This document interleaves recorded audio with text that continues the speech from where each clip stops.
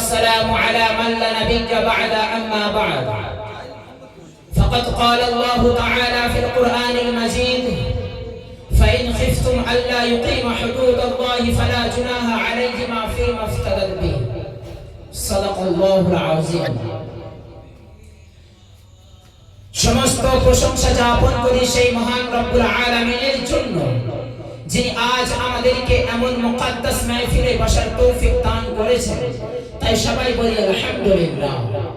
তারপরে বলা অসংখ্য দরুদ ও সালাম প্রেরণ করি সেই মহামানবের প্রতি যিনি লাবণ্য যিনি অনন্য জানার জন্য আমরা সবাই ধন্য মুহাম্মদ আরবি সাল্লাল্লাহু আলাইহি ওয়াসাল্লামের প্রতি লাখো কোটি দরুদ পড়ি বলি সাল্লাল্লাহু আলাইহি ওয়াসাল্লাম।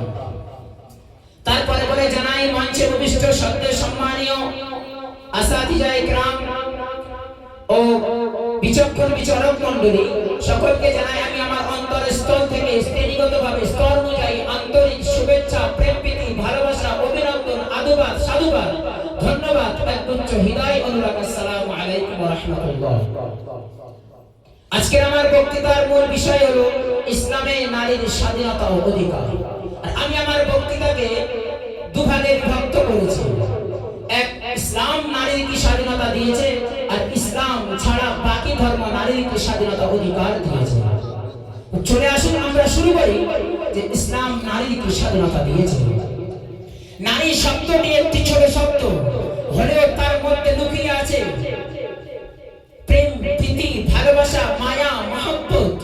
নারী আল্লাহ তাআলার এমন একটা সৃষ্টি যাকে উপেক্ষা করে মানব সভ্যতার কল্যাণ কল্পনা করা যায় না।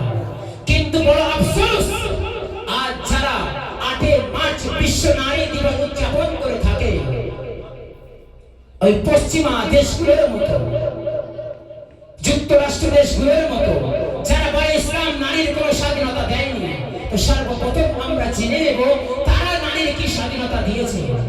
2015 জুলাই একটা রিপোর্ট প্রকাশ করা হয়েছিল দৈনন্দিন ইত্তেফাক নামক।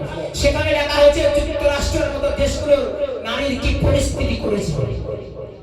সেখানে বলা হয়েছে 107 সেকেন্ডে একটা করে নারীকে ধর্ষণ করে মারা হয়। সেখানে বছরে সমীক্ষা করে দেখা হয় 2,96,000 মহিলাকে ধর্ষিত করে মারা হয়। সেখানকার নারীরা এমন পরিস্থিতি হয়ে গেছে তারা জেলের মধ্যে গিয়েও শান্তিতে স্বস্তিতে নিরাপদে নেই। কারণ সেখানকার রিপোর্ট বলছে যে জেলের মধ্যে 2,16,000 নারীকে প্রতি বছরে ধর্ষিত হতে হয়। বড় আফসোস ও বড় পরিতাপের বিষয় যে কথা শোনার পরে নয়ন দিয়ে অশ্রু টপ টপ টপ টপ করে পড়ে যে সেখানকার মা বোনেদেরকে ধর্ষণ করেছে মারা হয় সেখানকার 68% নারীর কোনো রিপোর্ট করা হয় না। আর তার থেকে বড় দুঃখের বিষয় যে 96% ওই ধর্ষকদের কোনো সাজা হয় না। কিন্তু বড় আফসোস তারা আজ চিন্তায় নারীর কোনো স্বাধীনতা দেয়নি ইসলাম, নারীর কোনো অধিকার দেয়নি ইসলাম। আজ আমি তাদেরকে বলতে চাই আসুন কোরআন এবং হাদিস দিয়ে আমাদের ইসলাম নারীর কি স্বাধীনতা দিয়েছে একটু নয়ন খুলে বুঝে নিন। সর্বপ্রথম ইসলাম নারীদেরকে সমান মর্যাদা দিয়েছে পুরুষ ও মহিলাদেরকে। তাই তো পবিত্র কোরআন পাকের মধ্যে আল্লাহ তাআলা ঘোষণা দিলেন ওয়ালাকাদ কাররামনা বনি আদম, আমি নারী এবং পুরুষকে সমান অধিকার সমান সম্মান দিয়েছি। তারপরে আল্লাহ সুবহানাহু ওয়া তাআলা পবিত্র কোরআন পাকের মধ্যে বললেন যে ইবাদত ও আমালের ক্ষেত্রে আমি নারী পুরুষ সবাইকে সমান অধিকার দিয়েছি। তাই তো বললেন মান আমিলা সালিহান মিন যাকারিন আও উনসা ফালানুহইয়ান্নাহু হায়াতান তাইয়্যিবা। যে এখানে আল্লাহ তাআলা নারী ও পুরুষ করে কোনো লিঙ্গ ভেদ করেননি, এখানেও সমান অধিকার দিয়েছে। ইসলাম যেমন পুরুষদেরকে শিক্ষার অধিকার দিয়েছে, শিক্ষার গুরুত্ব বুঝিয়েছে, যেমন পুরুষকে বলেছে শিক্ষা করা আবশ্যক, শিক্ষা অর্জন করা তোমাদের মধ্যে বাধ্যতামূলক, তখন নারীদেরকেও বলেছে।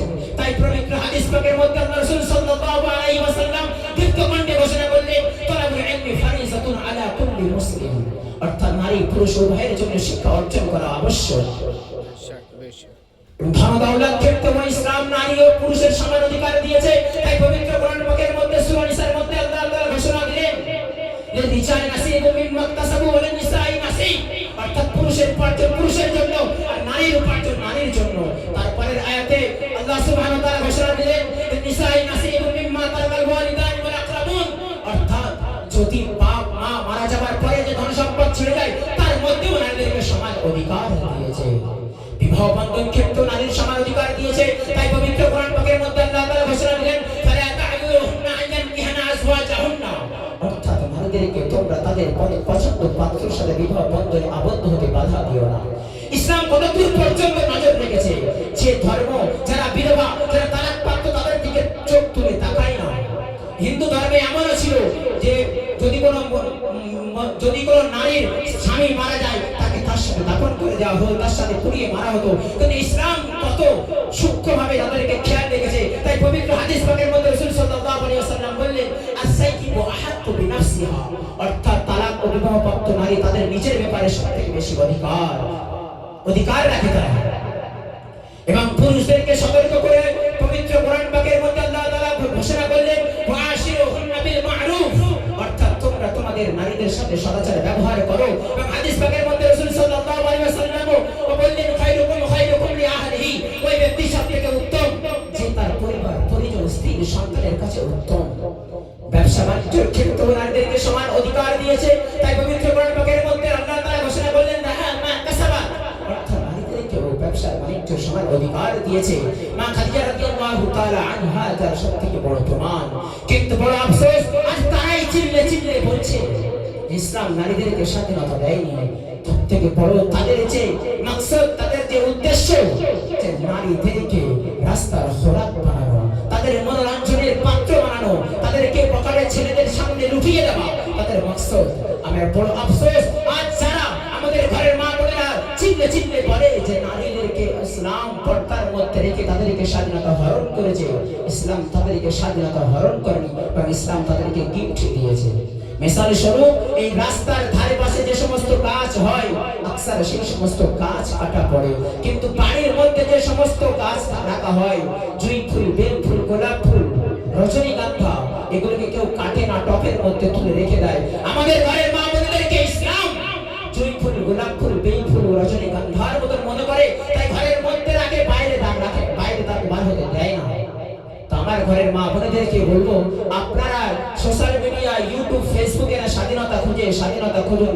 খাদিজাতুল কুবরা রাদিয়াল্লাহু তাআলা আনহার জীবনীতে, ফাতেমা রাদিয়াল্লাহু তাআলা আনহার জীবনীতে, বিবি আসিয়ার জীবনীতে, এনাদের জীবনীতে আপনারা স্বাধীনতা খুঁজুন। আর ইসলামের কোরআন ও হাদিসের মধ্যে স্বাধীনতা খুঁজুন, ইনশাআল্লাহ আপনারা স্বাধীনতা পেয়ে যাবেন। আল্লাহ তাআলা আমাদেরকে ইসলামকে সঠিকভাবে বোঝার তৌফিক ইনায়াত করুন। ওয়া আখিরু আলহামদুলিল্লাহি রাব্বিল আলামিন।